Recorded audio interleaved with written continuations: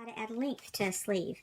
So I'm going to show you the really quick way how to add length to a sleeve. Now this is t-shirt knit, and this is kind of like chiffon. So all we're going to do is lay out the length of the sleeve exactly like it is. This is the fold, so I'm going to have my fold of my fabric here. I'm going to make my cut here and my cut here. So I'm just taking the folded piece where it's folded right here, and I'm double folding it because I'm lazy and I want to cut both sleeves at one time. Okay, so you got to get your sleeve laid out flat. Make sure that this is out flat. So that is how a sleeve pattern piece looks. It goes like this and around. Okay, so now the decision is, do I want a tight bottom sleeve, or do I want the bottom of my sleeve just to taper out? Personally, I kind of like my sleeves to stay thin, and then if I do want them to taper out, I just taper on out here and make it, you know, a bell shape kind of. So you need to allow for a seam allowance. And I chose to cut the sleeve big. If I don't like it, I can always go back and cut this out. So then I just turn my sleeve back so I can kind of get the curve. So as you can see, I didn't cut that very straight, and it's going to be okay. It's going to be hidden up underneath there. It's not going to matter. So you do usually need a little bit more of an arch to get around your arm, but I think I'll be fine because the sleeve's pretty full. To serger, use a serger always, and just buy you a cheap little machine to do your finishing things. Okay, both pieces are sewn here, and I sewed right sides together, so just turn it inside out, just like the sleeve is actually going to look.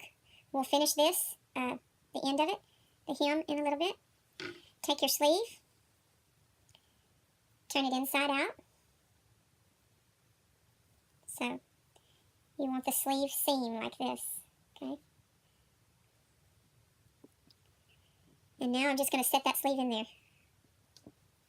So grab the top of my sleeve, pin it to the top where the seam. Okay, so I've got the sleeve open, I've pinned the top, and I've slipped my sleeve down in there just like it's going to hang out from it. And if you can see here, I've got one seam going one way and one the other. So just unstitch that, you know, rip it a little bit. Okay, so now you can see I fixed it to where it was laying down, so I fixed it where it stood up. Both sides stood up. So now I'm going to take the seam, match it up to that seam, pin it. And I'm going to sew this on the serger because this is stretch knit. So I'm going to sew it on. I usually start at the bottom where the seam is, the bottom of the sleeve. And when I'm serging, I want to ease onto it. So I always back up. I back up about this far. And that's where I start serging. And I'm weird. I serge standing up. And